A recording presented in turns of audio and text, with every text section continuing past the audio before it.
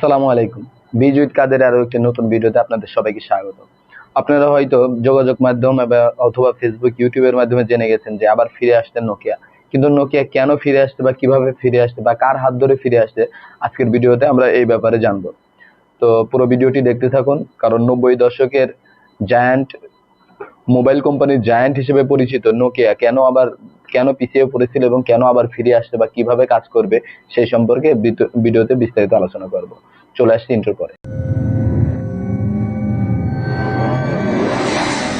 আসসালামু আলাইকুম প্রিয় ভিউয়ার্স। 90 দশকে নোকিয়া ফোন ব্যবহার করে নাই, বা ওই সময় যারা ফোন ব্যবহার করছে তারা নোকিয়া ফোন ব্যবহার করে নাই, এরকম লোক পাওয়াই কঠিন। অর্থাৎ 90 থেকে শুরু করে 2010, 12 এবং 13 সাল এই পর্যন্ত নোকিয়া যে বাটন ফোনগুলো অথবা যে টাচ ফোনগুলো তাদের এনেছিল, সেসব ফোনের বিল্ড কোয়ালিটি এবং নেটওয়ার্ক সিস্টেম বা ফোনের যে পারফরমেন্স তা ছিল অনন্য।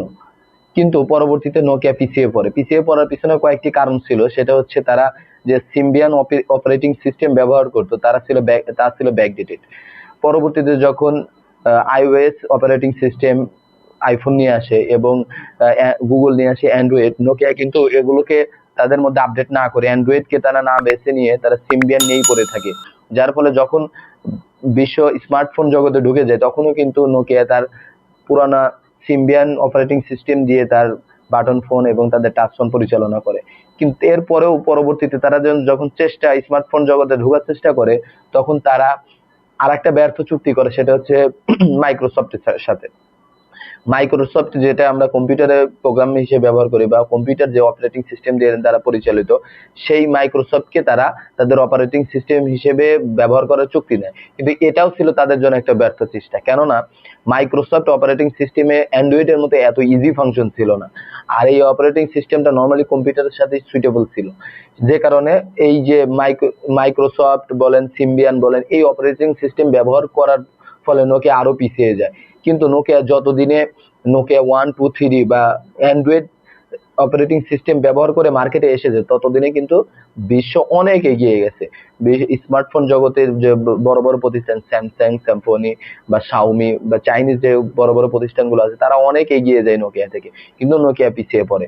আর এই যে বর্তমানে একটা সিচুয়েশনে যে কোনো ব্যবসার মধ্যে আপনি যখনই পিছিয়ে পড়বেন, তখনই আপনি ব্যর্থ হয়ে যাবেন।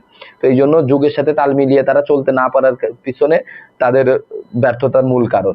কিন্তু তার মানে কিন্তু নোকিয়া কিন্তু একদম বাতিল হয়ে গেছে তাই না। আমরা নোকিয়াকে শুধুমাত্র ব্র্যান্ড, মোবাইল ফোন ব্র্যান্ড হিসেবে চিনি বা টেলিকমিউনিকেশন জাস্ট একটা ব্র্যান্ডের হিসেবে চিনি, কিন্তু নোকিয়া কিন্তু আরো বড় একটা প্রতিষ্ঠান। কিন্তু তারা কিন্তু এখনো তাদের কাজ চলমান রাখছে কিভাবে? তারা হচ্ছে এই যে টেলিকমিউনিকেশন যে অবকাঠামো, যে স্ট্রাকচার তৈরি করে, বিভিন্ন দেশে দেশে যে নেটওয়ার্কিং সিস্টেম গুলো চালু করে, এদের এইসব কাজ করার জন্য যে যে অবকাঠামো লাগে বা সকল কাজ করার জন্য যে যোগ্যতা বা দক্ষতা লাগে, নোকিয়ার কিন্তু এটা পূর্ব থেকেই ছিল। এই যে নোকিয়া মোবাইল অপারেটিং সিস্টেম থেকে যখন ব্যর্থতার পর ব্যর্থ হয়ে যায়, তখন তারা এই কাজটাকে দিকে মনোযোগ দেয়। অর্থাৎ বিশ্বের যে বড় বড় দেশ হোক বা বিশ্বের আন্তদেশীয় যে নেটওয়ার্কিং সিস্টেম তৈরি করা বা স্ট্রাকচার তৈরি করা, তারা এই ধরনের কাজ প্রোভাইড করে, কারণ তাদের এই লাইসেন্স আছে। এখন আবার তারা কিভাবে ফিরে আসছে? এখন ফিরে আসছে এনভিডিয়ার মাধ্যমে। এনভিডিয়া হচ্ছে একটা এআই জগতের একটা বর্তমানে একটা জায়ান্ট বলা যায়, যারা হচ্ছে বিভিন্ন ধরনের এআই চিপ তৈরি করে এবং এবং সারা বিশ্বের যতগুলো এআই প্রযুক্তি ব্যবহার করে, যেমন চ্যাটজিপিটি আছে, জেমিনি আছে, এই ধরনের প্রতিষ্ঠানের কাছে তারা এআই চিপ সাপ্লাই করে। এদের যাত্রাটা কিভাবে? এদের যাত্রাটা প্রায় 90 দশক, 1993 সালে তারা গ্রাফিক্স কার্ড তৈরির মাধ্যমে তাদের যাত্রাটা শুরু করে। কিন্তু পরবর্তীতে তারা আধুনিক যুগে আসার সাথে সাথে তাদের এই গ্রাফিক্স কার্ডকে আপডেট করে এবং নতুন নতুন প্রযুক্তির সাথে তারা খাপ খাইয়ে নিয়ে নিজেদেরকে আপডেট করে নেয়। এই আপডেটের ফলস্বরূপ তারা বর্তমানে এআই চিপ তৈরি করে, যেটা বড় বড় প্রতিষ্ঠান চ্যাট জিপিটি হোক, জেমিনি হোক বা আরো যতগুলো প্রতিষ্ঠান আছে বিশ্বে, এরা তাদের চিপগুলো ব্যবহার করে। এই চিপ ব্যবহারের ফলে তাদের কিন্তু চাহিদাটা দিন দিন বৃদ্ধি পাচ্ছে। এখন ভবিষ্যৎ মানে তারা এখন নোকিয়ার সাথে কেন যাচ্ছে? কারণ ভবিষ্যৎ যখন 6G চালু হবে, অর্থাৎ 2026, 27, 28 সাল বা আরো পরে যখন আপডেট, মানে মোবাইল জগতে টেলিকমিউনিকেশন যখন আপডেট হবে, তখন এআই এর কিন্তু সব জায়গায় কিন্তু একটা ছোঁয়া থাকবে। এখন তারা এনভিডিয়া চাচ্ছে যে তারা টেলিকমিউনিকেশন জগতে যেন প্রত্যেকটা জায়গায় তাদের একটা ছোঁয়া থাকে, এই কারণে তারা বিভিন্ন জায়গায় এই এআই এর ব্যবহার শুরু করতে চায়। বিশেষ করে টাওয়ার, মোবাইল অপারেটিং সিস্টেম বা টেলিকমিউনিকেশন যে সিম অপারেটিং সিস্টেম গুলো আছে, এদের সাথে কাজ করতে চায়। এবং এদের সাথে কাজ করার জন্য যে ধরনের অবকাঠামো প্রয়োজন, সেই ধরনের অবকাঠামো কার কাছে আছে? সেটা হচ্ছে নোকিয়ার কাছে।